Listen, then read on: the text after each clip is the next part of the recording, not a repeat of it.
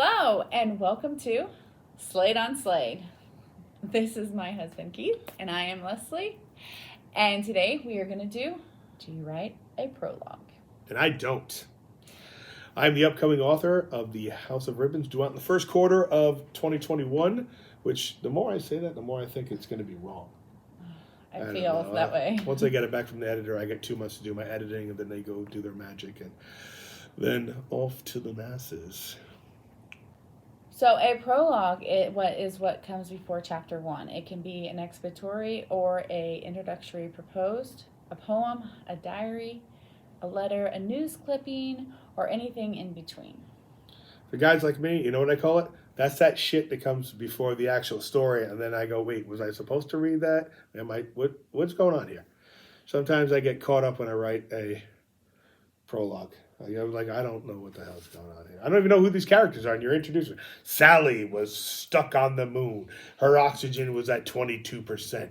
But then Marty the robot time traveled in his VW to pick her up.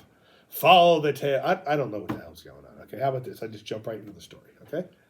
Oh, thank you. So my first question for you is, should you write a prologue just because you want to? No. How's it going to serve your book? Okay. Listen, prologues are great for some people. And I in jest, I made my earlier comment.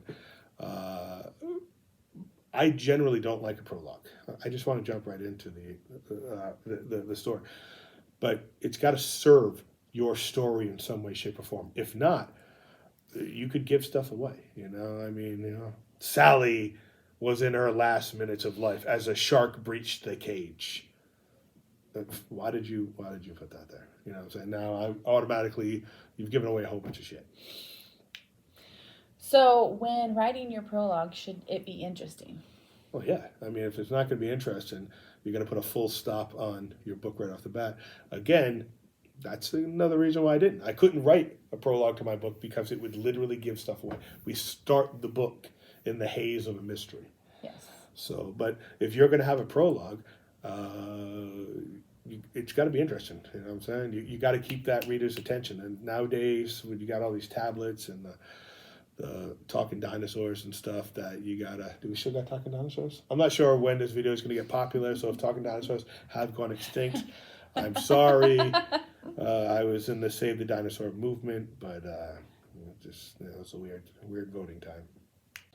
The next question I have for you is, should a prologue be short? You mean like a 5'2" blonde? Short and sweet. No, short pages are words. Yeah, no, you want to make it interesting, catch the eye, and for some reason get the reader to turn the page to actual page 1 and then begin reading. Did you see how I voted against doing the prologue? Video of the prologue because I'm just going to go with page 1. You know what I'm saying? I usually skip the prologue. Sometimes I read it right at the end when it's over. But yes, you want it to be short because it's an information dump. It's not the story. Yeah, if it's going to be set up like 3,000 years in the future, Earth has run up against talking dinosaurs from the center of the world. One boy and one dinosaur make a fantastic union, and then they run for governor of the newly appointed state of New Rhode Island or some bullshit like that.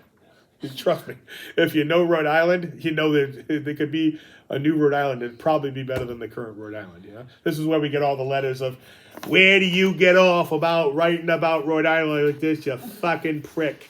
And I'd be like, oh yeah, nice letter, thank you. Come again. I was originally from Rhode Island, so I get to say shit like that. I'm still gonna get some hate mail over that one. Yeah. Let me tell you right off the bat, Don, you live on the other side of that one street. Okay, so you technically live in Massachusetts, not Rhode Island, so I can piss all over it and you can't get upset anymore. So, nana boo boo, go stick your head in doo doo. Point of view, okay. So there are different types of ways that you can do your prologue. You can do a background / history to tell of what happened before your book started. Or you can do a different point of view, like a narrator or a grandchild from the future telling the story. I like a good narrator's prologue. I'm just thinking of one I had read before, where the narrator was talking about how many thousands of years in the future an individual has been flung, and I really thought that was good. But other than that, I'm not a prologue guy. Yeah. I'm not a prologue guy because I don't really, in my mind, understand how they work. Okay, I can read 1,000 of them. Doesn't mean I'm going to understand how that works.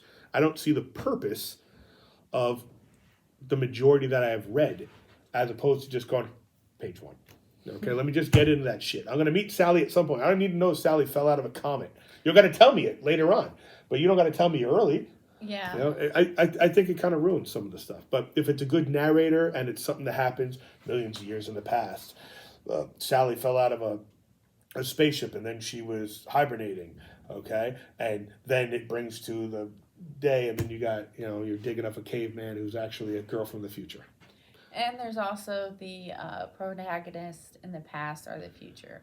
So you can write in their point of view from what they saw back then or what they plan to see. But other than that, that is all we have on prologues. So if you like our content, go ahead and hit the like and subscribe button below. And if you want to get more updates on the book, go ahead and follow us on Facebook, Twitter, Instagram, Tumblr, Parler, and MeWe. Don't forget Tinder. I like the Tinder photos.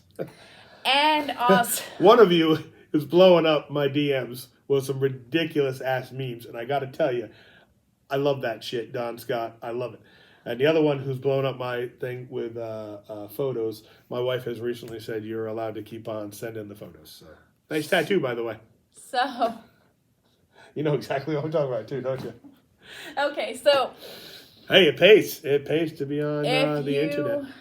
Go ahead and follow us on those social media accounts. And don't forget about the 50 slots we have on our Patreon page. For you to be in the book. And listen, if you want to follow me in real life, okay, and I get really famous, okay, I need a good running buddy. So if you want to just kind of, just like in the movie Misery, follow me around with a hammer. And because I like to work out, I just don't like to run. And I got to get my 2 mile back up to where it should be. You know? So that is all we have for you today. So we will see you next time. Bye. See ya.